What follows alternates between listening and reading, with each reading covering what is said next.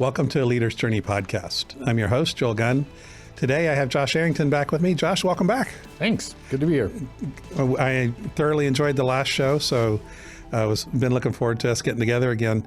Just before we started recording, we were talking about the first memory of money. Mm-hmm. So that's a curious thing, and talk to me about what that means in your world. Yeah, well, it's an exercise we do with a lot of our clients and a lot of our people, because so often our first memory of money sets a course for us. And I'll share mine, but then I'm going to ask you to share yours. Yeah, I'm going to have to start put thinking. you on the spot a little bit, right? Thanks for the little heads up. So my first memory of money, I grew up, we didn't have much. I'm the kid who grew up on government cheese and all of that. And pretty much every year, my grandparents would take us shopping in August, right before school. And we got 2 pair of jeans and 2 shirts. And that was what we had for the rest of the year. That was, you had whatever you had left over from last year. And so we were, I've had the iron-on patches on top of the iron-on patches kind of thing. So I was a pretty rowdy kid. And then my dad would give money to my mom and dad, whatever. We would go to it was called Shopco. It was like the local Kmart kind of thing. And we got to buy a pair of shoes. And, when you're in grade school, it's really, you don't realize the world around you so much. But you start getting a little bit older, you start realizing, okay, everybody else has different clothes every day of the week. And so I was 12 years old, and my dad actually handed the money to me. I was standing with my mom. I clearly remember where I was standing, and I think I got $8 or something like that to go buy a pair of shoes.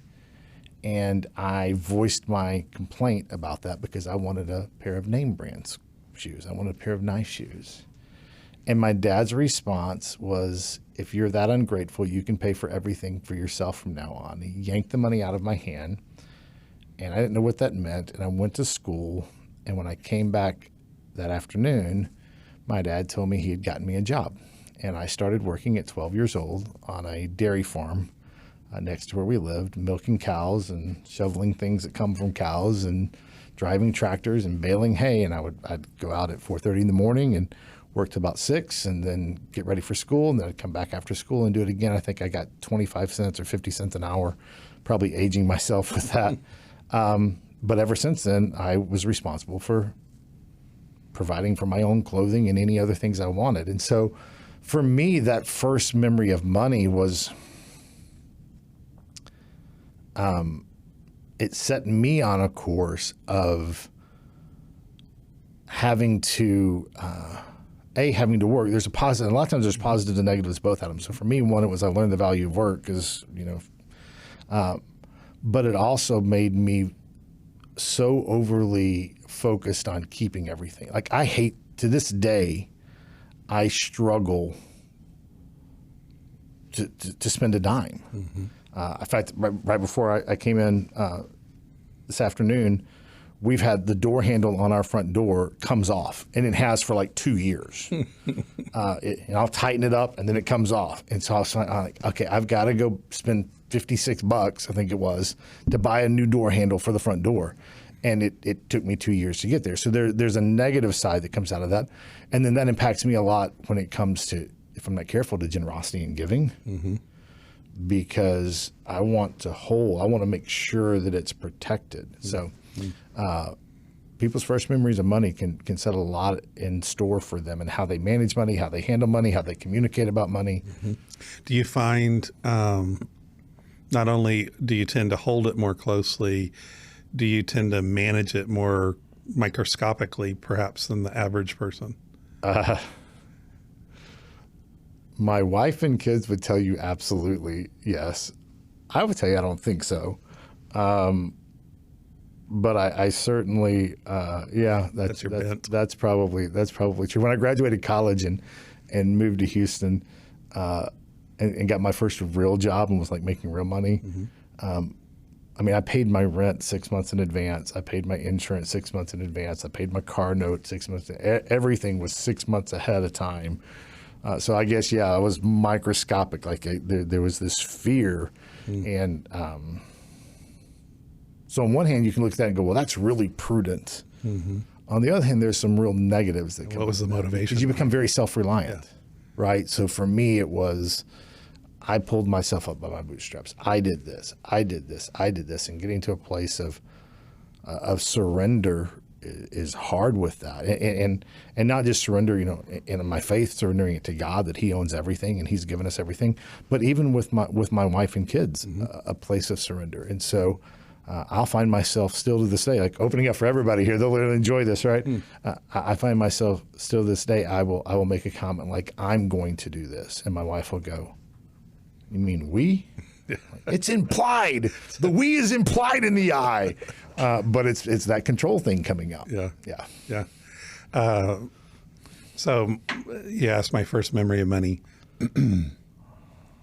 and so the first thing that flashed into my brain, I haven't thought about is that officially my first memory of money, but the first thing that flashed in my brain is we're at a 5 and dime, and I'm had to have been. No one over 35, under 35 knows what a 5 and dime is. Dollar Tree? Dollar Tree, there you go. All right. Yeah. So we're at the equivalent of Dollar Tree. And my mom has taught me already I couldn't have been older than 7. I'm already calculating tax. And starting to understand how much change I'm supposed to get back. And both my parents were professional educators. Also, dads, both are ministers of the gospel, ordained and so on. But they were always bivocational, or almost always bivocational. And so Mom would, Mom would moonlight at the toy store around Christmas time so that we could have a good Christmas. And so with her retail experience, she would teach us, put things back where you found it, because otherwise some employee's going to have to do that. You've got this much money. How much are you going to need in tax? Thankfully, at the time, the tax was 5%. So it was pretty easy, 5 cents on a dollar. But yeah, so I was very aware of every penny, even at 6, 7 years old. I remember there was seasons where we seemed to move a lot, and there was seasons where we were at laundromats because we didn't have a washer and dryer wherever we were living at the time. And so very young, I remember 5, 6, 7 years old, discovering that people dropped their quarters at the laundromat and the floors were too dirty for them to want to pick them up. And so I remember diving for quarters and coming out with dollars worth of quarters, and then converting that at the 5 and dime a block away, into something, or saving up for something. So that's probably one of my earliest memories of money, and I continue to count pennies. I remember talking with, just as you were talking about picking up quarters, I thought of this. I remember, the saying, find a penny, pick it up all day long, you'll have good luck. I remember my brother and sister used to make fun of me and I was also, my siblings are older, but I was the one who always had money, because even though I was the youngest, I was the first one working, and it sort of got cut off because of my mouth. But I remember one time picking up a penny, and they said something, and I went, find a penny, pick it up, and if you do it enough, you'll have a buck. Like that was my thought process, right? Like everything was around that, and it can dictate so much to us. I envy people that I see who just don't worry about it. And I have some great friends that are just that way, and they just don't worry about it. I'm like, how do you do that? I need to look at things. We'll just say regularly. How's that? Yeah. So. But you and I've talked about this recently. One of the things that kind of at the soul level that I had to wrestle with is in public school systems back in the 70s, I don't know what the situation is today, but public school teachers were paid poorly at best. Now everybody goes, yeah, but you get the whole summer off. Well, unless the school districts had calculated your pay and willing to pay you year round, you literally in those days, school teachers didn't get paid in the summer. Right. There was no checks for a couple of months. So then you add the oil crisis on top of that. And then you add in the early 80s, home mortgages hitting 18% for a short season and credit cards regularly over 20% in the late 70s and early 80s. We often ran out of money before we ran out of month. And that had a profound impact on my weight, my, to some degree, my, I wouldn't say self-confidence, but self-image, but I was still a penny pincher. And as an adult working for a Fortune 500 company, I wore a pair of shoes to get my money's worth out of them until they literally wore a hole in the bottom of the shoe, and I put duct tape on it until next payday where I could buy a pair of, Payless shoes, not even name brand stuff. You and I've talked about it some in other venues. We've talked about what you're talking about, how that impacts, like you're talking about, a shortage of food. So when there's food, what do? Both of us, like, our story is we tend to run toward gluttony. Mm-hmm. And we just have a different, my kids make fun of, we had baked potatoes. We do family dinner every Monday night. Some of my kids have moved out and stuff. They're back over. We do a family dinner. And we had baked potatoes. And my kids make fun of me every time we have baked potatoes because I take my potato, I cut it, and then I smash it till it covers the whole plate. And then I put whatever I'm going to put on top of it. So I have 2 plates. And the reason is because growing up, there were those times that literally we might go for 3, 4, 5 days, and every night all you had was a baked potato with some government butter and some government cheese on it. And so to make it have the illusion of having more. So these little patterns around money and these first memories, I think we forget where some of these things come from. And then, we've talked a little bit about some subjects we might touch on today, but I'll tell you how this has impacted me on the subject of generosity and things as well is, in being raised in the church or around the church for so long, and in recent years in particular, we've made the word generosity and the word stewardship synonymous. Mm. Right? So if you're a good steward, it means you're really generous. Well, I struggled with that, especially in the early years, because being generous, just especially with money, of giving of that was just incredibly difficult for me because you didn't know. And so therefore I thought I was a bad steward. And it's not until probably even just the last few years that has really shifted. And I've come to understand what stewardship really means. And there's a freedom in that when you really grasp it, that stewardship and generosity aren't the same thing. Mm-hmm. And so generosity is a part of it. It needs to be a part of it. But when you make them synonymous, you can start putting a lot of things on yourself that affect your family, your business, everything that you're doing along the way. Mm-hmm. So, speaking of stewardship, how do you break that down or define it? How do you approach it? I take, admittedly, I take that from a Judeo-Christian sort of viewpoint. There's a parable in the scriptures of the good steward. It's sort of where we've gotten that mixture of things from. What's interesting in that parable is there's never a discussion about what the money is, the talents that he's given that he multiplies. It's never a discussion about how they're used. And yet we've made stewardship all about generosity. No, he was the good steward because he managed it well. Mm-hmm. And so for me, stewardship, and I just think it's a more accurate look at things, stewardship is the proper care and management of everything that you have any control or charge over. Mm-hmm. And we can put a period there, understanding that for some people who come from a walk of faith like we do, that they understand that all that comes from God. Other people may not have that, but the definition to that point is the same. Mm-hmm. Are you managing it well, which is how you're growing it, how you're building it, and also how you're utilizing and distributing it, and then breaking it down into 5 different categories, right? So how do I steward my time? Mm-hmm. For me, another great example of how a definition can change things. For me, learning to say no was me learning to steward my time. Some people will hear that and they think, well, if you're a good steward, it means you're always available, you always say yes. No, I didn't have a problem saying yes. I wanted people to like me, I wanted to move up, I wanted to do whatever. And I was literally drove myself to a nervous breakdown at one point and driving myself crazy. And so for me, part of stewarding, that change of just perspective and time was learning to say no. And then it grew from there for me in that too. Really good stewardship for me is not just saying no, it's saying yes to what's best. Mm-hmm.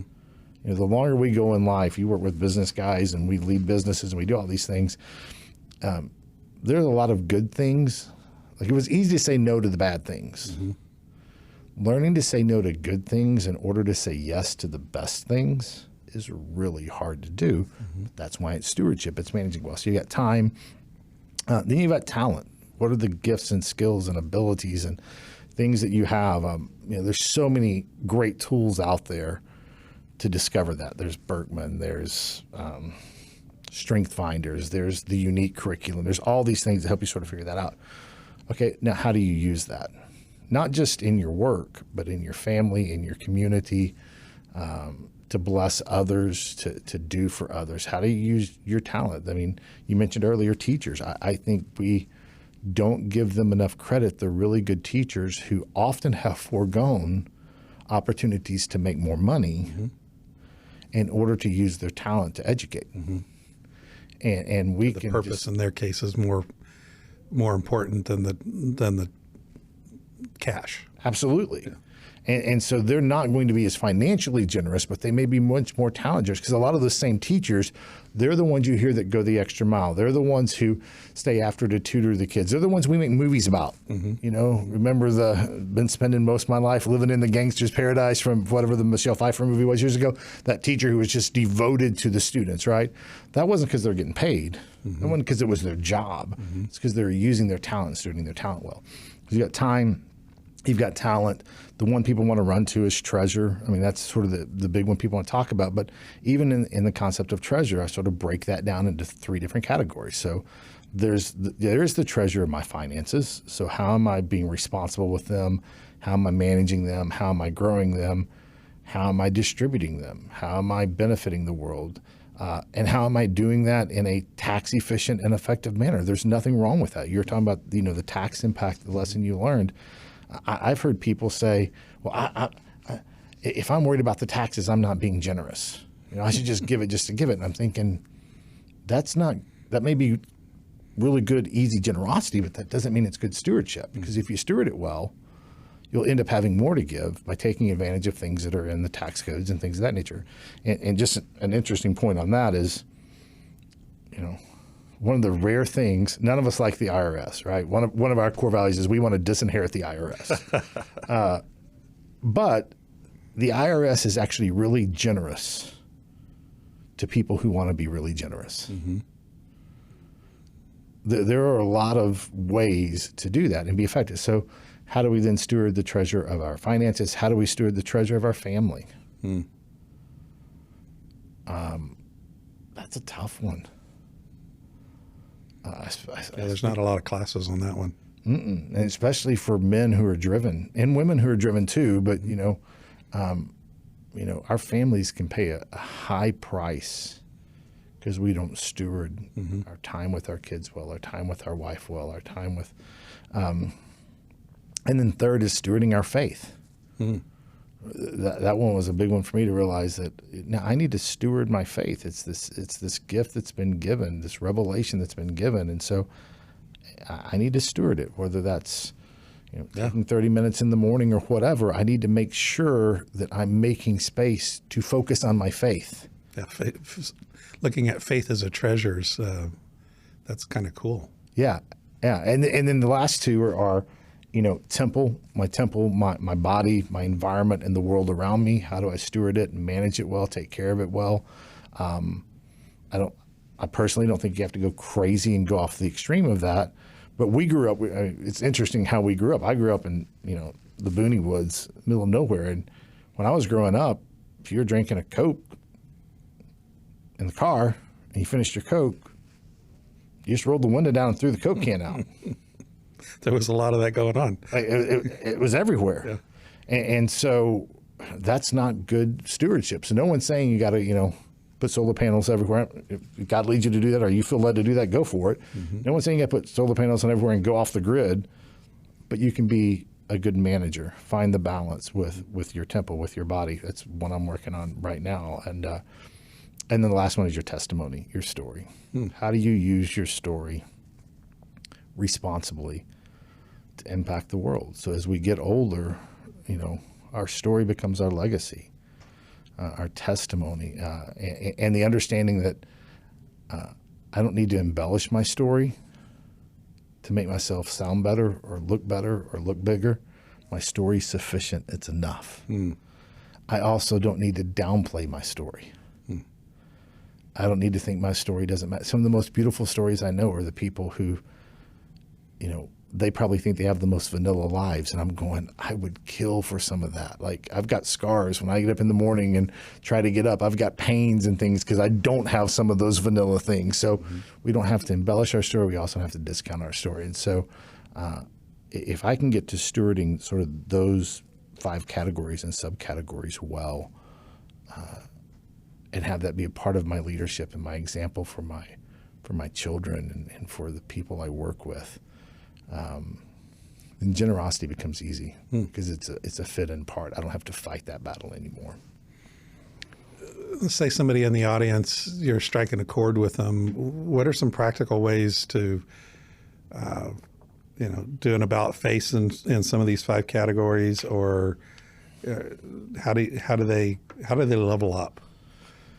Time or talent, any of those. I mean, pick one. The first thing I would say is sit down and have a real honest personal inventory, which is not easy, and walk through all of them. Like, how am I doing here? I don't need to share this with anybody. This is for me to know, and find those areas where you go, something's out of line here, and then begin to build time to focus on those, because each one of them is going to have a different paradigm, and it's going to take change in order to manage those well. And so pick one and focus on it, and as it improves, then you can move to another one. And I grade myself, I know, really sad, but I grade myself every week. I look back over my week and I take these categories right now. That's what I'm doing this year. Take all these categories and I go, how did I do on stewarding my time? Well, I really wasted some time this week. Okay, then I have to ask myself, did I need to waste that time? Because sometimes that would be the best use of the time. No, I didn't. Okay, so I sort of walk through these and grade myself. And that probably isn't healthy, just going to say that. It can be taken to the extreme. But having that real inventory of things and then going, okay, let me take one of these and let me really focus in and work on it. Figure out how I do that the best way possible. Let's say I took a personal inventory and I wasn't happy with any of the 5 of them.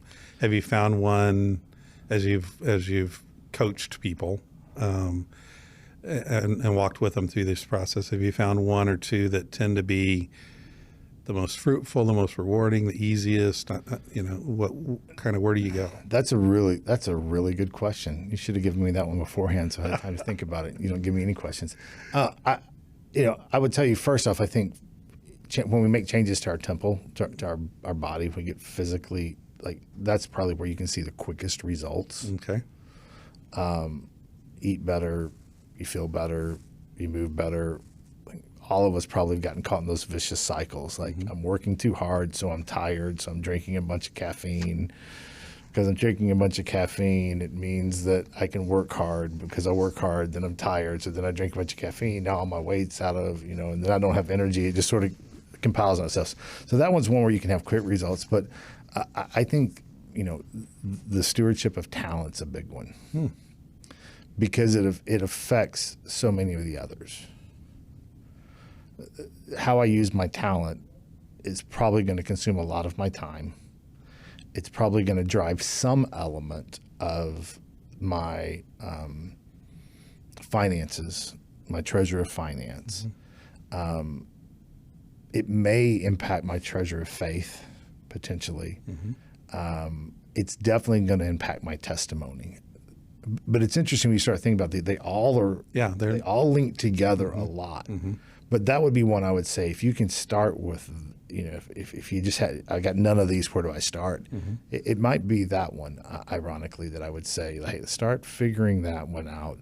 I mean, I could certainly make the case, hey, let's get the faith one in place first. Sure, Obviously, sure. there's a part of that, but just as a comprehensive sort of overlook of things, that one will filter into a lot of the others.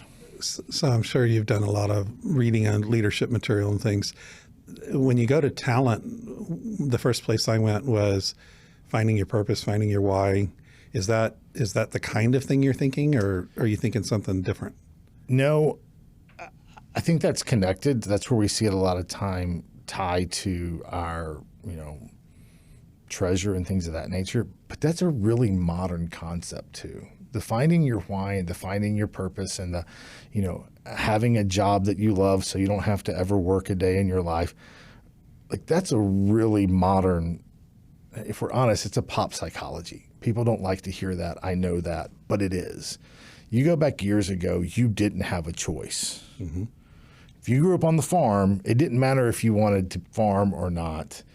First thing was you had to provide, so you farmed. Mm-hmm. If you grew up in a hunter-gatherer thing and you didn't want to gather, it didn't matter, you had to do that. So for the majority of human history, being motivated in our work by my why or all that. Now, I'm thankful that we're not in that realm now, and I think that's important and it plays a huge part, but we have to keep it in that perspective. I think part of what happens when you discover what your true talents are is you learn a lot about yourself.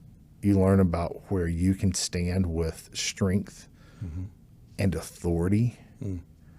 You also learn the areas in your life you need to give yourself grace. Mm. I'll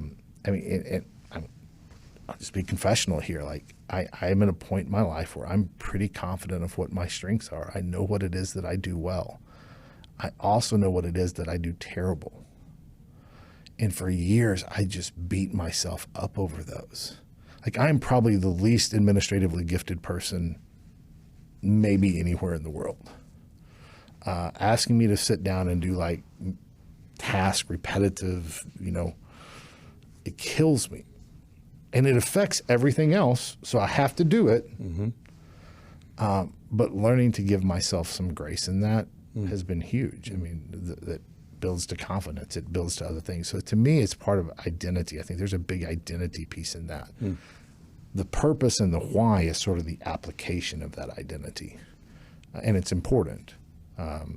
Absolutely, it's important. I want to be clear that I'm not saying that doesn't matter. Yeah. But I think there's a greater internal value even than that. How do people, whether of faith or not, how do they start to find their identity? You mentioned a couple of tools earlier, strength finders. I would start with, I think those are great things. They're not end-all be-alls, and I do want to be clear on something there too about when you give yourself grace for your weaknesses, that does not mean that you give yourself excuse for your weaknesses. Mm-hmm. Mm-hmm. There's a difference there.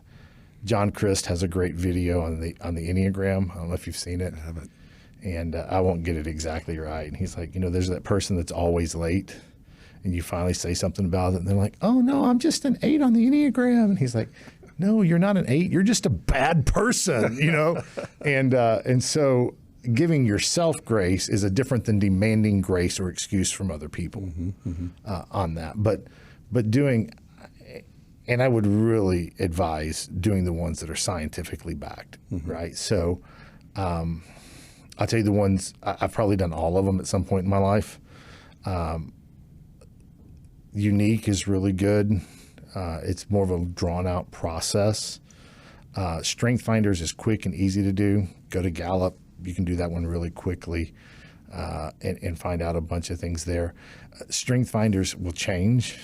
All of them will change depending on your environment somewhere. So finding some of those that don't. So there's psychological profiles. There's psychosomatic. There's all different kinds of ones.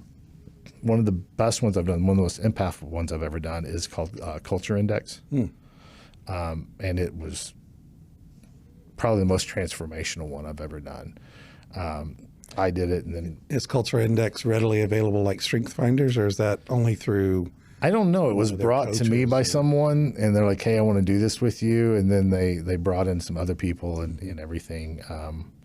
But it really, maybe more than anything, and the way it's set up, The way it's done, it doesn't change over time. Like people have tried to trick it, and you can't move. Without flat out lying. You can't move your point. You're right. And I think they've even done that. And so it's got a lot of science behind it.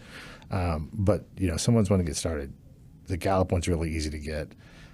Insights, Berkman, these are all some of the tools that are out there to help you start identifying that. I'm glad you said the part about your weaknesses or the fact that you're not wired some way becoming an excuse. Any generation, regardless of age, it's easy to do that. Well, I'm redheaded, so that's why I'm always flying off the handle, right? Or I'm Irish, so that's why I lose my temper, or and so that concept's been around where we make excuses for the way we're built, as becomes we don't really have to practice self-control. Yeah, it makes me not have to be responsible for the things that I'm called to be responsible for. Like, I'm responsible for taking care of my clients. I'm responsible for leading our team well. I'm responsible for providing for my family. Like, those are base responsibilities. They don't change if I'm at the company I'm at. They don't change if the job I'm at. They don't even change based on if these are my talents or this category. Those are base responsibilities as being a man that I'm called to do. Man living in community within the world that I live in. When I start excusing those things, I'm really trying to say, don't make me responsible for my base responsibilities. I don't get to say I'm administratively challenged, therefore the fact that we aren't making enough money to pay the bills, well, it's just because I'm administratively challenged. No, suck it up, deal with it, focus on it, work it, find a solution. Because in the end of the day, you're still responsible for it. This reminds me of a conversation that I've been having with my son, who's a millennial. And very recently, in the last week, we've had this conversation quite in depth. And one of the things I appreciate about, we stereotypically say millennials are more worried about relationship than they are money. And there's various ways we say that, but that's what it kind of boils down to.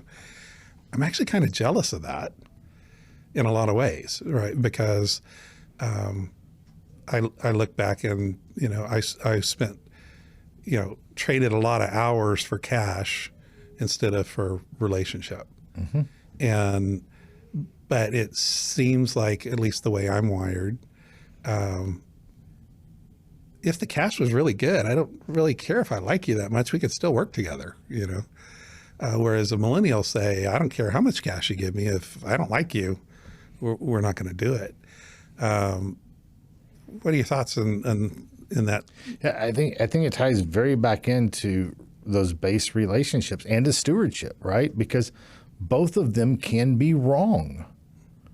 Our generation and our parents' generation probably focused too much on the provision and honestly, not even just provision, but the moving up the ladder, right? I've got millennial kids as well, and they don't even have the same definition of the American dream that we had. Like, people don't understand that, like, there used to be a real definition for the American dream. And it was that you would live your life in such a way that you lived better than your parents and your kids would live better than you. And now I hear, no, the American dream is just someday I can own a house. No, that's not what our American dream, like, there was this upward movement that was part of the American dream. And so, but sadly, look at the divorce rates. Look at the kids who are disenfranchised with their families. Look at all of these kind of things.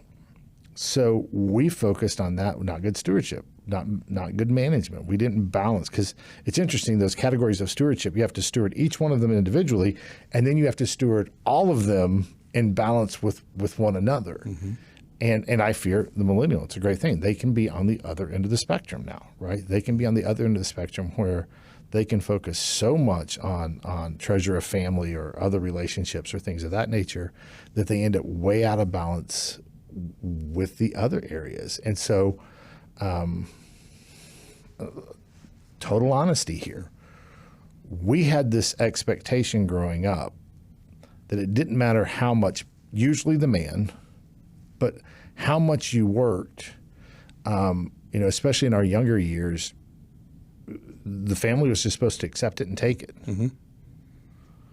They were just supposed to deal with it. Yeah, because I'm providing. I'm providing. Look at me. Look at what I'm doing. And then you start to have this explosion of divorce that starts in the 70s and all of this. It starts to fracture all that. Yet we still hold to that to some extent.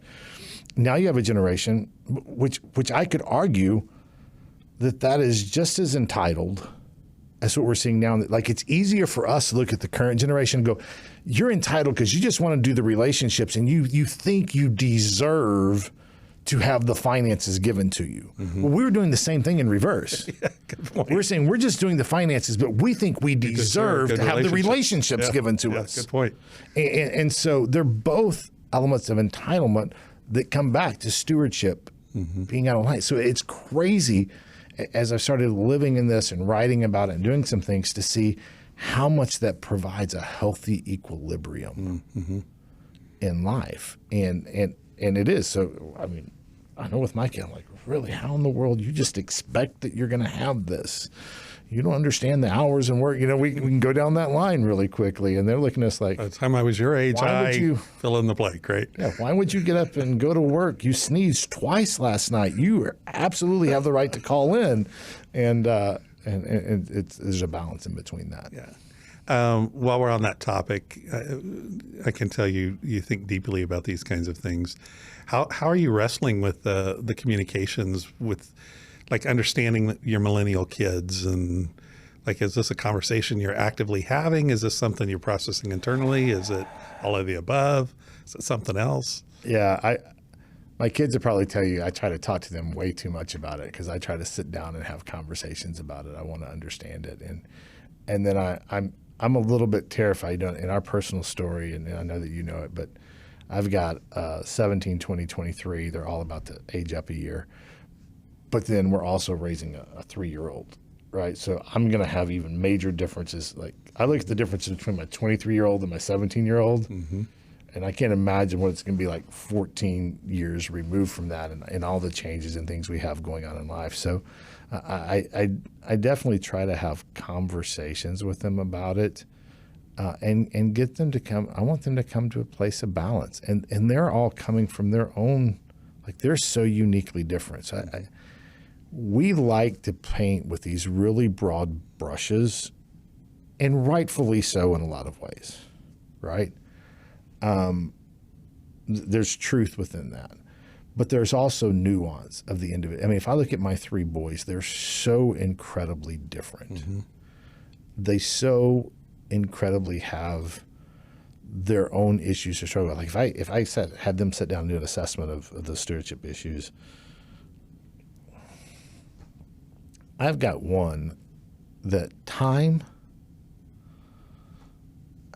I'm not even sure if he could comprehend how do you think about the management of time, right? Time is, I woke up, I'm tired, I go to sleep, I'm hungry, I go, like, he has no concept. And I've got another one, an athlete and everything with him is structured. Like, he has every minute of his day structured down. So there's still some broad brush characteristics there within them.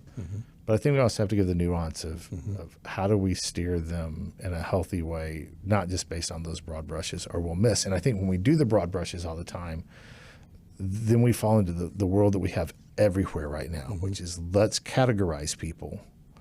Let's treat people as categories, not as individuals. And that's just, I'm not sorry. That is not healthy at any level in any place in society. I almost expected you to say the word lazy. It's incredibly lazy. It's incredibly lazy, and it's incredibly narcissistic. It's incredibly let me dictate what everybody else is.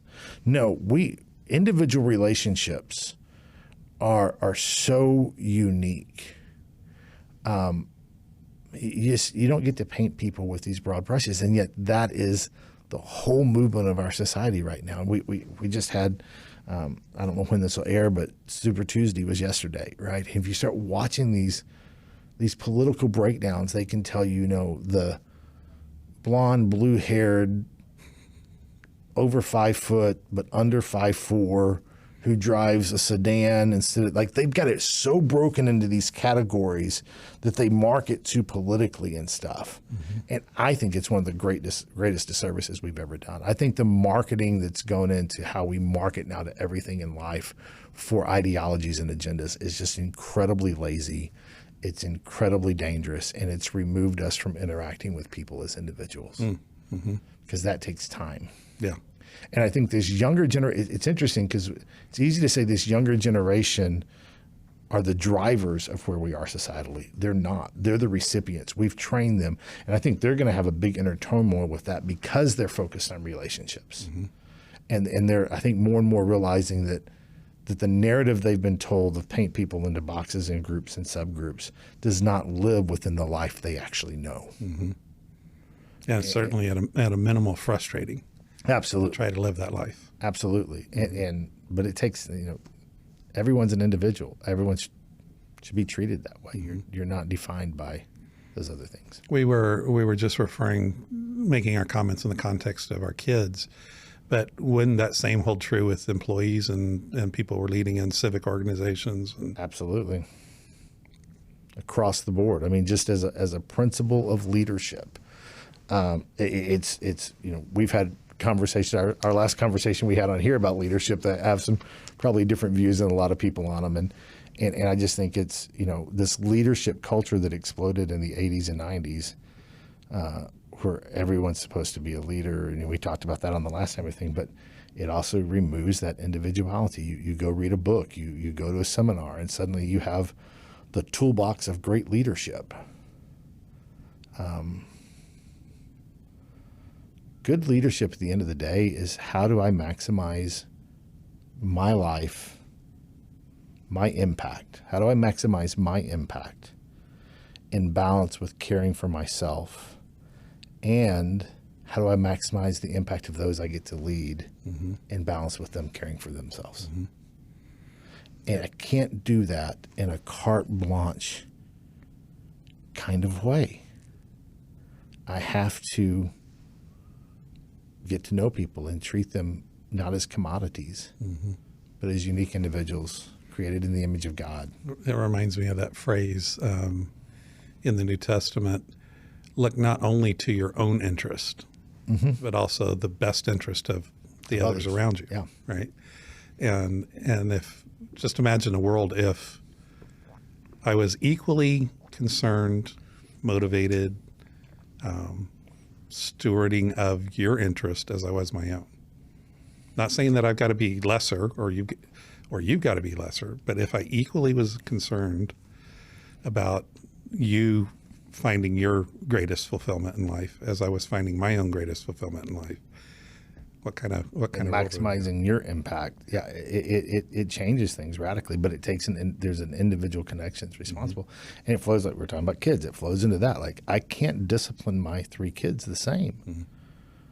I can't raise them. I can raise them with the same principles, and that's where I think we can live with leadership. There's leadership principles. There's leadership goals. There's some again broad strokes, but I can't. My kids are wildly different. I can't meet them.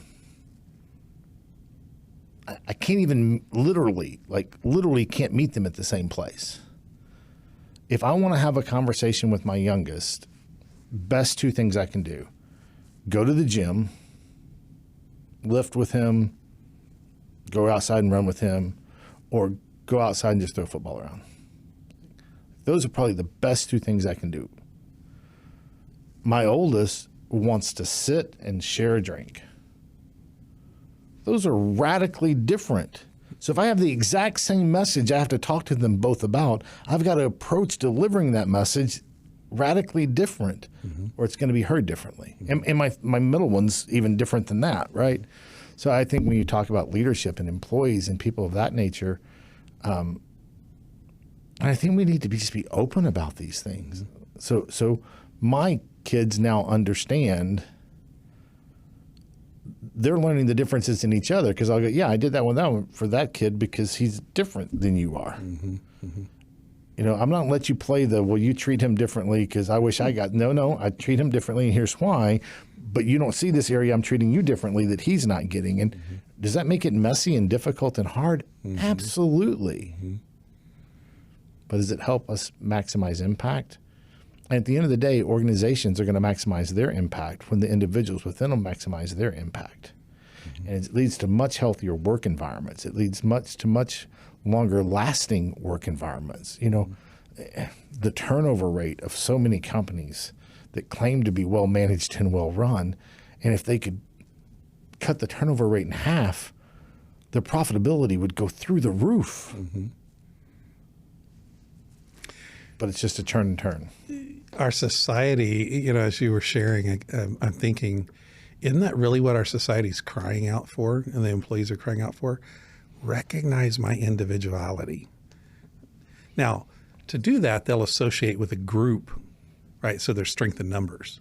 So they'll say, well, I'm part of this community and we believe this way, and you need to recognize how we believe. Yeah. But really what they're crying out for is I want to be known for what matters to me. Yeah, we are all desperate for connection. At the end of the day, people want to know and be known. And the absence of that, we could really trace this one down another trail just knowing how we are on this. The absence of that for the last 20, 30 years, the breakdown of that, to me, that's the most dangerous part of AI, is the timing of it. The fact that AI is coming in while we have this breakdown of connectivity.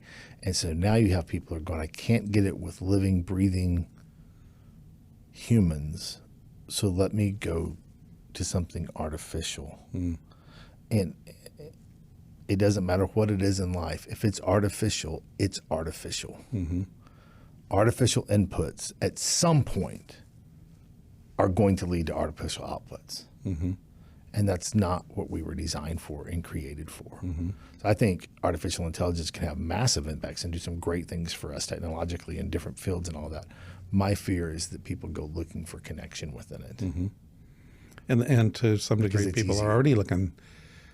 Your point about timing, that's one of the big concerns for just technology or social media in general, is because it's been an artificial replacement for face-to-face conversations. Yeah. Now, it can be cool if you live 500 miles from your grandkid. You're not going to get to see him every night. So having tech to tell him good night, that's better than not being there at all, right? So certainly in that case, the tech is advantageous to relationship.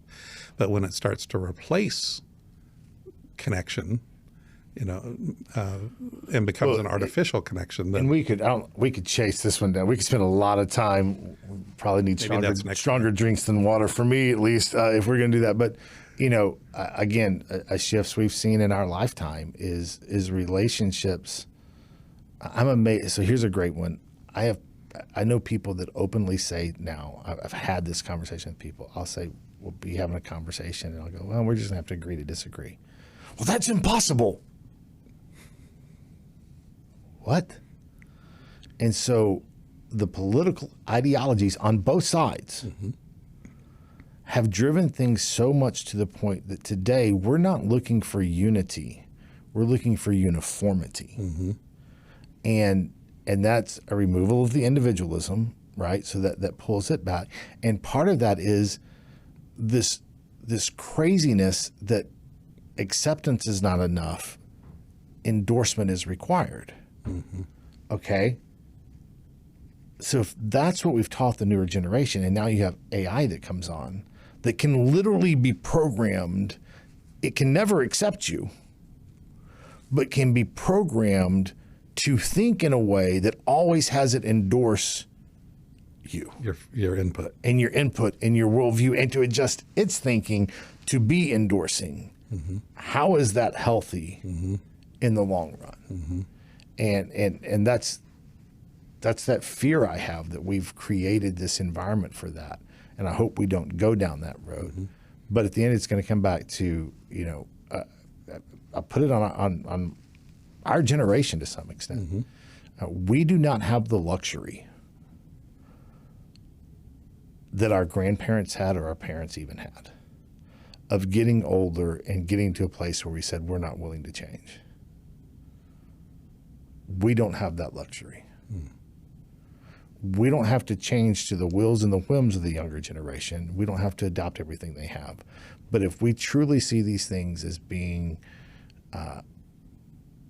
potentially damaging for younger generations, we are going to have to shift some of the things that we've done so that the values and the things that we want to see passed on can be passed on. Future generations aren't going to sit on the, like maybe you did, I know I did, sit in the rocking chairs on the porch shelling peas with grandma and grandpa and hearing about the values. We're going to have to find ways. The values shouldn't, I'm not advocating the values change, I'm not advocating that, but the relational dynamics is going to have to change. It just has to. Yeah, and I think you're right. It's on the older generations to step into the younger generation's conversation in a winsome way. Incredibly challenging because it's tiresome. Takes a lot of energy. Oh gosh, and there's things that come natural to them around it that just aren't natural. Well, and think about that with even a leader with their employees, right? It's easier for the leader, if they're a visionary type, to go off and dream and plan the future than to deal with today's messes, right? Yep. If they're wired like you to not be administrative as your first choice, well, then just ignore the administration. That's why I hired those people for. Well, now those people are struggling because we're not present in their administration needs. And so I think the stuff we've been talking about in this conversation really is broadly applicable not only to ourselves as individuals. We've got to be honest with ourselves, as you started off with. Then we got to start to be honest with those closest to us, and we've got to find a way to communicate that to the people that don't think like us, whether they're generational, don't think like us, or whether they're in a different group, or they have different mindset or different paradigm or worldview. And we cannot expect people to respect our views if they don't think we respect their existence. That's good. Now, that's not endorsement. Again, that's acceptance a lot of times. And that's a really broad stroke, I admit, but we sort of live in this thing, you should respect my views, even though I don't have to respect you as an individual. We've lost that. And